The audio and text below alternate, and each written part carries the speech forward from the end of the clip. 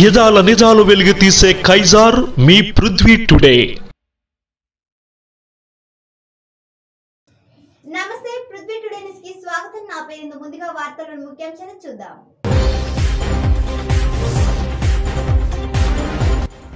అధికార పార్టీ నాయకులు వేధిస్తున్నారని 74 మంది వాలంటీర్లు రాజీనామా.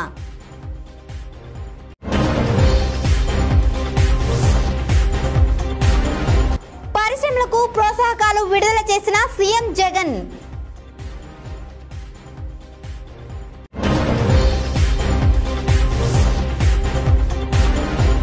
ఢిల్లీ అసెంబ్లీ నుంచి ఎర్రకోటకు రహస్య సొరంగం.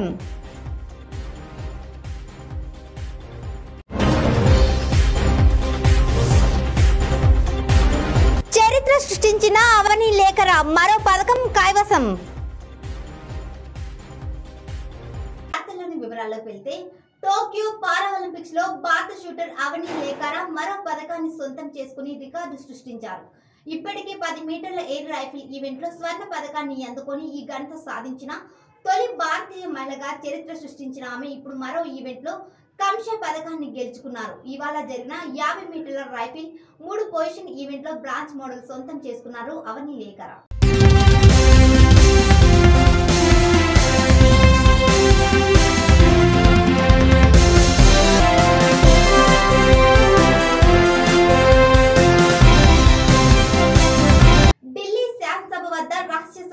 గుర్తించారు. ఈ సొరంగం శాసనసభ నుండి ఎర్రకోటను కలుపుతుందని ఢిల్లీ అసెంబ్లీ స్పీకర్ రామ్ నివాస్ గోయల్ వెల్లడించారు. స్వాతంత్ర సమర యోధులని తరలించేందుకు అప్పట్లో బ్రిటిష్ పాలకులు దీన్ని వినియోగించుకునేవారని తెలిపారు.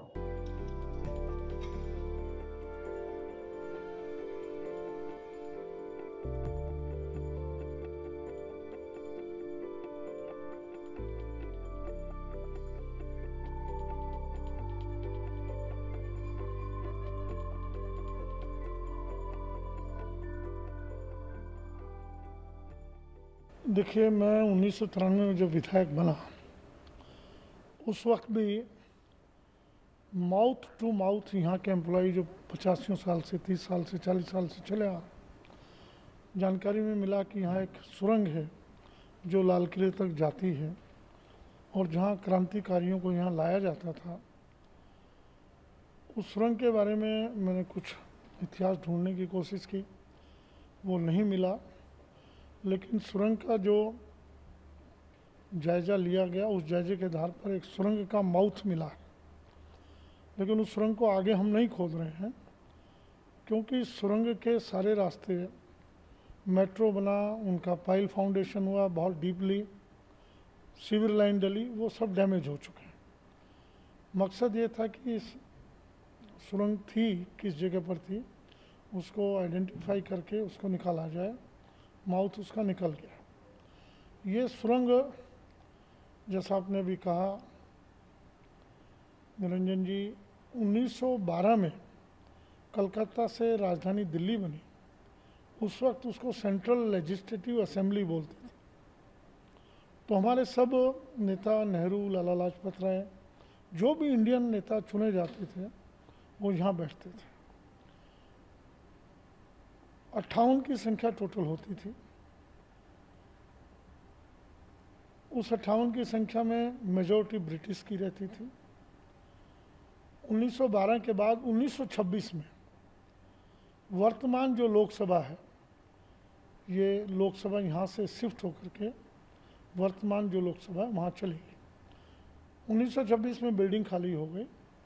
ब्रिटिश लोगों ने इसको कोर्ट में ఎంఎస్ఎంఈ స్పిన్నింగ్ టెక్స్టైల్స్ పరిశ్రమలకు 1124 కోట్ల రూపాయలు ప్రోత్సాహకాలను ముఖ్యమంత్రి వైఎస్ జగన్మోహన్ రెడ్డి విడుదల చేశారు. శుక్రవారం తన క్యాంపు కార్యాలయం నుంచి కంప్యూటర్ బటన్ నొక్కి ఈ నిధులను విడుదల చేశారు. తాము చిన్న చిన్న పరిశ్రమలు పెట్టడమే కాకుండా ఈ 97,423 మంది ఈ ఎంఎస్ఎంఈలు పెట్టడమే కాకుండా వీరి ద్వారా మరో 10 లక్షల మందికి ఉద్యోగ అవకాశాలను కూడా కల్పిస్తూ ఉన్నారు. ఇటువంటి సెక్టర్ను ఆదుకోవడము అనంటే, ఇటువంటి వారిని ఆదుకోవడము అనంటే, ఇటువంటి వారికి రాష్ట్ర ప్రభుత్వం ఒక మాట చెబితే చేస్తుంది అని చెప్పి నమ్మకం కలిగించడము అని అంటే అప్పుడు రాష్ట్రంలో పరిశ్రమలు పెట్టడానికి, ఉత్సాహం చూపడానికి కాన్ఫిడెన్స్ అన్నది పెరుగుతుంది. ఇటువంటి వారిని మనం అందరం కూడా ఎంఎస్ఎంఈస్ అని చెప్పి కూడా అంటా ఉన్నాం. వీరితో పాటు మధ్య తరహా పారిశ్రామికవేత్తలు, అంటే మరీ భారీ పెట్టుబడులు కాకుండా అట్ ది సేమ్ టైం తక్కువగా కూడా కాకుండా పెట్టుబడులు పెట్టే వాళ్ళను మధ్య తరహా పారిశ్రామికవేత్తలను కూడా అంటాం. రాష్ట్ర ఆర్థిక వ్యవస్థ అనేది వీరందరినీ కూడా కాపాడగలిగితేనే రాష్ట్ర ఆర్థిక వ్యవస్థ అన్నది కూడా నిలబడగలుగుతుంది. ఎందుకనంటే వ్యవసాయం ఏ రకంగా జీడిపికి, జిఎస్డిపికి కాంట్రిబ్యూట్ చేస్తుందో అదే రకంగా ఇండస్ట్రీ కూడా అదే మాదిరిగానే కాస్త ఇంకా ఎక్కువగా కూడా కాంట్రిబ్యూట్ చేస్తూ ఉన్న పరిస్థితులు మనం చూస్తూ ఉన్నాం. కాబట్టి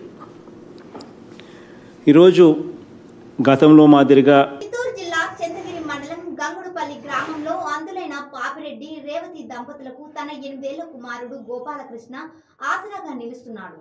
జీవనాధారం కళ్ళు లేవని వీళ్ళ ఆటో తోలుతున్నామని. సరే నాన్న, బడికి పోవాలా, సక్రమంగా చదువుకోవాలా చూడు.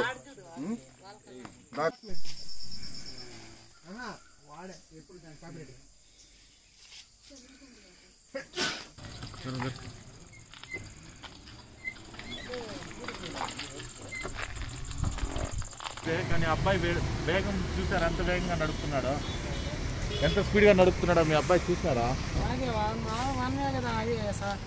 బైపాస్ అని కాదు, మీకు భగవంతుడు కళ్ళు చూపి ఇవ్వలేదు, దానికి మాకు బాధగా ఉంది. సార్ నా పేరు పాపిరెడ్డి, మాది గంగుడుపల్లి విలేజ్, చంద్రగిరి మండలము, చిత్తూరు డిస్టిక్. నాకు నా భార్యకి పూర్తి కళ్ళు కనపడవు. నాకు 3 పిల్లలు బాగున్నారు సార్. మీరు చూడండి, మా ఇద్దరికి పూర్తి కనపడవు. 100% మా డిజేబుల్ సర్టిఫికేట్లు ఉన్నాయి, పూర్తి కనపడ ఏ పని చేసుకోలేము. మా పరిస్థితి అది. మాకు 3,000 రూపాయలు పింఛనే వస్తున్నది. అది మాకు ప్రభుత్వం స్పందించి మాకు 5,000 రూపాయలు పింఛనే కానీ మంజూరు చేస్తే మాకు కుటుంబ పోషణకి, పిల్లకాల చదువులకి మాకు చాలా మంచిదిగా ఉంటుంది. మా జీవనం గడుపుకుంటాం సార్. నాకు పూర్తిగా ఇల్లు కూడా లేదు. ఇల్లు కట్టి వెళ్ళా, గవర్నమెంటే ఇల్లు కట్టి వెళ్ళా. ఇక్కడ ఉండే పరిస్థితుల్లో అంతా చుట్టుపక్కల పాములు, మండరగప్పలు, తేళ్ళు అంతా నా కొడుకు గోపాలకృష్ణ పెద్ద కొడుకు, వాడే గైడెన్స్ అంతా. వాడి కండ్లు నా బ్రెయిన్ అంతే, వాళ్ళ కండ్లు నా మైండ్ పనిచేస్తుంది అంతవరకే.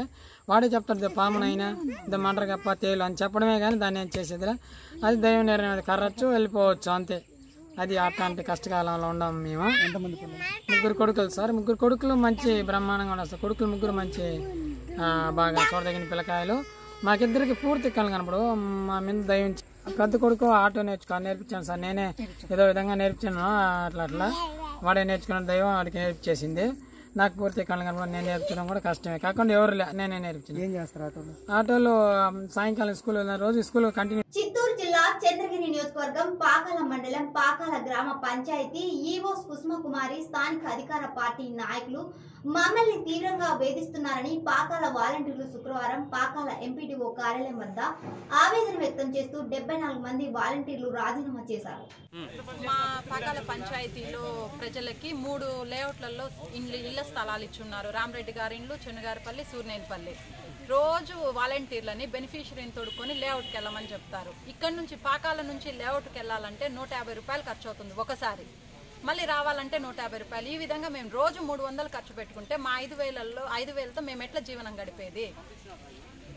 దీన్ని కొంచెం దృష్టిలో పెట్టుకొని వాలంటీర్లను ఈ విధంగా లబ్ధిదారులని కట్టమని చెప్పి మమ్మల్ని ఫోర్స్ చేస్తున్నారు. మేము ఏం చేయగలము? వాళ్ళు మా దగ్గర ఏడుస్తున్నారు, మా దగ్గర డబ్బు లేదు, మేము కట్టలేము, అన్ని రేట్లు పెరిగిపోయినాయని. వాళ్ళు కట్టరు, వీళ్ళు మమ్మల్ని వదలరు. ఇది ఏ పంచాయతీలో లేని టార్గెట్లు మా పంచాయతీకే వస్తున్నాయి. దీన్ని మేము ఖండిస్తున్నాం, తీవ్రంగా ఖండిస్తున్నాం. పద్మావతి, నేను park street voluntary. EO madam గారు గత కొంతకాలంగా తీవ్రంగా మానసిక వేదనకు గురి చేస్తున్నారు. అసభ్యకరమైన మాటలంతా ఉపయోగించి టార్గెట్ చేసి కిరోసిన్ పోసుకొని తగలబెట్టి చావండి అని అంత దారుణంగా మాట్లాడుతున్నారు. నాశనం అయిపోండి, ఇలాంటి మాటలు అసలు ఎక్కడ వినని విధంగా మాట్లాడుతున్నారు మేడము. ఏ పక్క పంచాయతీలోనూ లేదు. ఇలా నాకైతే 10 హౌసెస్ శాంక్షన్ అయినాయి. దాంట్లో ఫస్ట్ అందరూ థర్డ్ ఆప్షనే పెట్టుకున్నారు. కానీ నేను మోటివేట్ చేసి 6 మెంబర్ని బిఎల్ దాకా తెప్పించాను. ఇంకా 4 మెంబర్స్ మాత్రమే ఉన్నారు. వాళ్ళను కూడా కట్టుకోమనేసి నిన్నైతే నాకు చాలా నీచంగా మాట్లాడినారు మేడం. పళ్ళు రాలిపోతాయి, చొప్పుతో కొడతాను, ఇలా అంతా చాలా, నేనైతే చాలా సూసైడ్ దాకా వెళ్ళాను సార్. మేము వాలంటీర్మా ఇంకేమన్నాను, అసలు కొద్ది కూడా విలువ గవర్నమెంట్ ఇవ్వట్లేదు. సచివాలయం స్టాఫ్ వాళ్ళు కూడా మేడం మాట్లాడే దాని వల్ల అందరూ చులకనగా మాట్లాడుతున్నారు సార్. బెనిఫిషియర్స్ ముందే నీచంగా మాట్లాడుతున్నారు సార్. నువ్వు పనికిరావు, వాలంటరీగా పనికిరావు, నువ్వు పో ఫస్ట్ కిందికి, నీకు శాలరీ పెట్టను, ఏం చేస్తావు చేసుకోబో, నువ్వు ఏడ చెప్పుకుంటావు చెప్పుకోబో, నువ్వు పెరిగేస్తే ఇంకొకరు ఉండవు రెడీగా వర్క్ చేసేదానికి, నీకు జీతాలు పెట్టము, ఇలా దారుణంగా మాట్లాడుతున్నారు సార్. జీతాలు కూడా పెట్టలేదు. ఒక నెల 3 వాలంటీర్లకి పోయిన నెల అయితే జీతం కూడా పెట్టలేదు. రద్దు చేసిన పెన్షన్లు వెంటనే, రద్దు చేసిన పెన్షన్లు వెంటనే, ప్రభుత్వ వైఖరి, ప్రభుత్వ వైఖరి, ప్రభుత్వ వైఖరి, సీఎం సీఎం రద్దు చేసిన పెన్షన్లు వెంటనే, రద్దు చేసిన పెన్షన్లు వెంటనే, ఒక నెల కాకుండా ప్రతి నెల పెన్షన్లను ఇవ్వాలి, ఒక నెల కాకుండా ప్రతి నెల వెంటనే రద్దు చేసిన పెన్షన్లు వెంటనే, రద్దు చేసిన పెన్షన్లు వెంటనే, రద్దు చేసిన పెన్షన్లు వెంటనే. వార్తలు ముగించే ముందు ముఖ్యాంశాలు మరోసారి.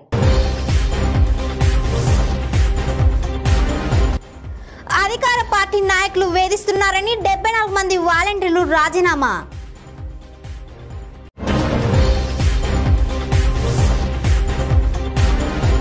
పరిశ్రమలకు ప్రోత్సాహకాలు విడుదల చేసిన సీఎం జగన్.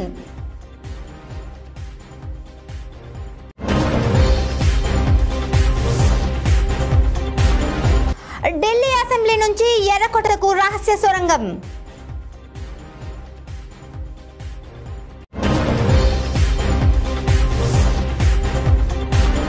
చరిత్ర సృష్టించిన అవని లేఖర మరో పథకం కైవసం. ఈ వార్తలు ఇంతటితో సమాప్తం. నమస్కారం.